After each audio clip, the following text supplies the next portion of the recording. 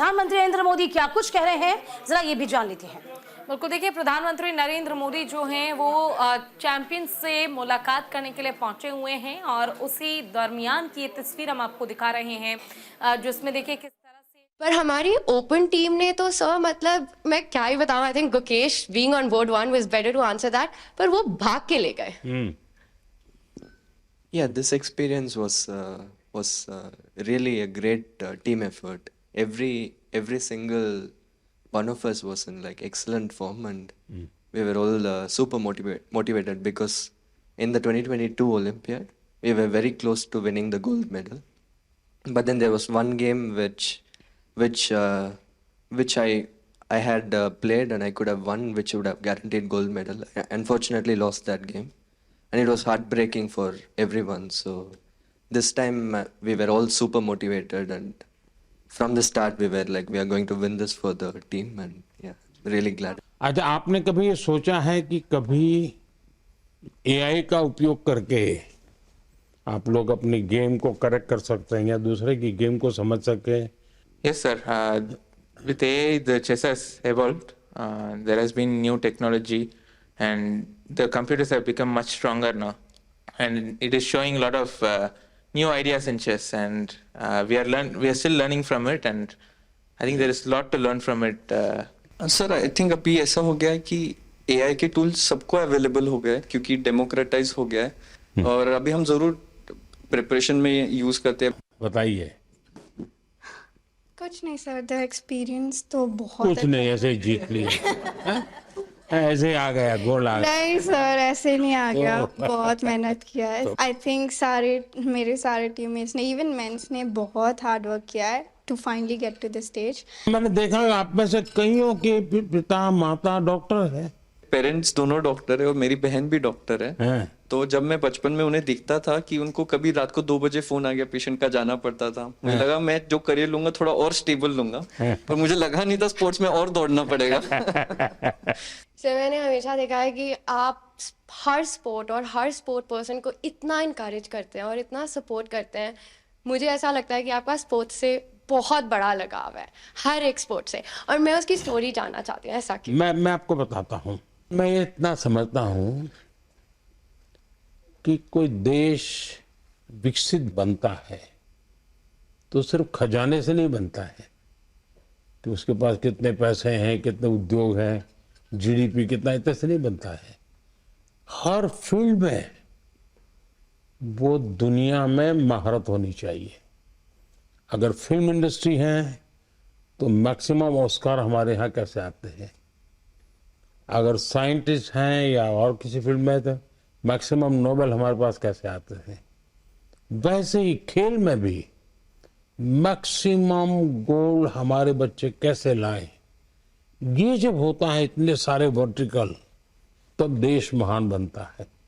मैं जब गुजरात में था तब भी मैं एक खेल महाकुंभ चलाता था, लाखों बच्चे खेलते थे उसमें, तो मैं बड़ी आयु के लोगों को भी खेलने के लिए प्रेरित करता था, तो उसमें से अच्छे बच्चे आगे आने लग गए।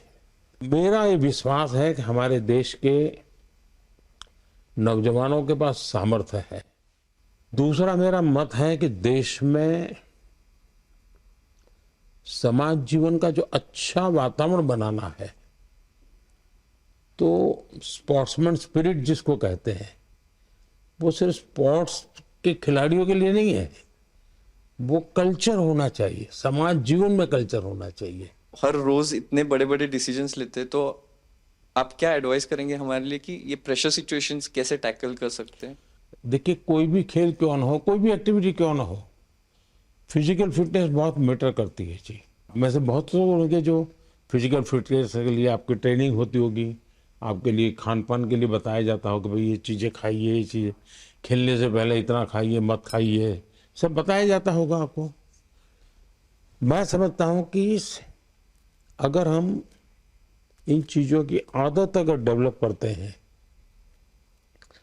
तो इन सारी समस्याओं का पचा जाते हैं।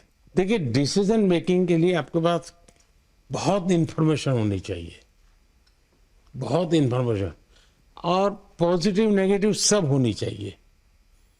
आपको पसंद आता है ऐसा ही सुनने का आदत लगती है। मनुष्य का स्वभाव होता है, जो अच्छा लगता है वही सुनता है, तो वो फिर डिसीजन में गलती होती है। लेकिन आप हर प्रकार की चीज को सुनते हैं, हर प्रकार की चीजों को जानने का प्रयास करते हैं और खुद एनालाइज करते हैं, और कहीं समझ नहीं आए तो बिना संकोच किसी जानकार को पूछते हैं, तो फिर आपको कठिनाई कम आती है। और मैं मानता हूं कि कुछ तो अनुभव से आ जाता है, और जैसा मैंने कहा कि योगा, मेडिटेशन, इसकी सचमुच में बहुत ताकत है जी। सर हम अभी 2 हफ्ते खेले तो अभी पूरा थक गए, पर आप सालों साल दिन भर इतना काम करते, इतने मतलब ब्रेक भी नहीं लेते, તમે કેવી રીતે what's the secret sir for your energy? आप इतना जानते हो and then also you are open to learning and open to the world, और आप हमेशा हर स्पोर्ट पर्सन को आई थिंक इतने जोश से भर देते हो टू परफॉर्म। और मैं आपसे पूछना चाहती हूँ कि अगर आप हम सबको एक एडवाइस देना चाहो, आप जहाँ चेस को देखना, शतरंज को देखना चाहते हो। देखिए ऐसा है, जीवन में कभी संतोष मत मांगिए, सेटिस्फेक्शन नहीं होना चाहिए किसी चीज का, वरना फिर नींद आना शुरू हो जाता है। तभी आप 3 घंटा सोते हैं सर। आप सिर्फ 3 घंटा सोते हैं। हमारे भीतर एक भूख रहनी चाहिए, भाव कुछ नया करने की, कुछ ज्यादा करने की। हम लोग सभी टूर्नामेंट तभी जीते थे, और हम लोग बस में से आ रहे थे और आपका स्पीच हम लोग लाइव देख रहे थे, और आपने वहां पे अनाउंस कर दिया वर्ल्ड में कि भारत ने ये ऐतिहासिक 2 गोल्ड मेडल जीते, और हम सब लोग उस टाइम साथ में बस थे। हमें इतनी खुशी हुई सबको कि आपने ये आपके स्पीच में अनाउंस कर दिया पूरे दुनिया के सामने। मैं 98 में मैंने फर्स्ट ओलंपियाड खेला, और उस टाइम पे गैरी कास्परोव, कार्पोव ये सब लोग खेलते थे, और हम लोग उनका साइन लेने के लिए दौड़ते थे, ऑटोग्राफ। इंडिया का तब रैंकिंग बहुत नीचे था, और इस टाइम पे जब मैं कोच बन के गया था और मैं देखता था कि गुकेश आ रहा है, प्रज्ञानंद आ रहा है, अर्जुन आ रहा है, दिव्या आ रही है, हरिका आ रही है, और लोग उनका साइन लेने के लिए अब दौड़ रहे हैं। तो ये जो बदलाव और ये जो कॉन्फिडेंस नए फील्ड में आया है, नए बच्चों में, आई थिंक वो आपका जो विजन है कि इंडिया नंबर 1 होना चाहिए, आई थिंक ये बदलाव आ रहा है। Sir thank you so much. आपने इतने शॉर्ट नोटिस में, आप यूएस में थे और आपने इतना टाइम, आपका वैल्यूएबल टाइम निकाला हमसे मिलने के लिए, हम बहुत अभी मोटिवेट हो गए। मेरा वैल्यू आप ही है।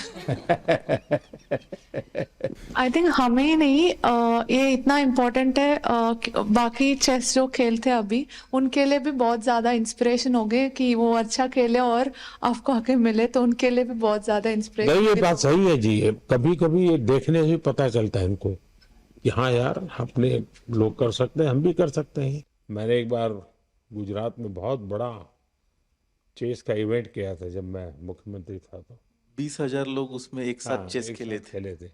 और सर उसमें उस टाइम पे इसमें से बहुत सारे लोग चेस नहीं खेलते थे। नहीं, तब तो इनमें से कईयों का जन्म भी नहीं हुआ होगा जी, तब भी लोगों का आश्चर्य होता है क्या मोदी जी कर रहे। अच्छा, 20,000 को जब बिठाने की जगह भी चाहिए, तो बहुत बड़ा पंडाल बनाया था मैंने, तो हमारे अफसर लोग भी कहते थे साहब अब ये इसके लिए इतना खर्चा, मैंने कहा इसी के लिए खर्चा करूंगा मैं। सर आपने जब इतना मुझे एनकरेज किया ये, तो मैं इतना खुश हो गई थी कि मैंने कहा अब तो मुझे पूरी जान लगा देनी है चेस में, और मुझे अब तो इंडिया के लिए हर समय मेडल जीतना है। वाह।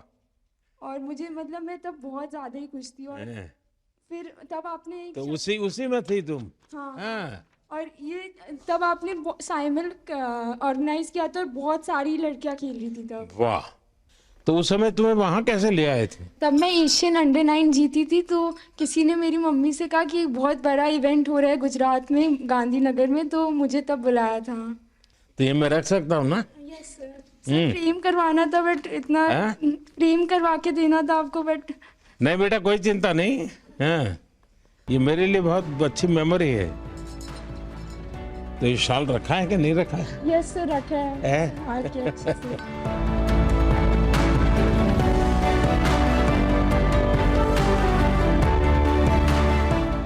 चलिए, मुझे बहुत अच्छा लगा। आप लोगों को मेरी बहुत बहुत शुभकामनाएं हैं। आप खूब प्रगति करिए।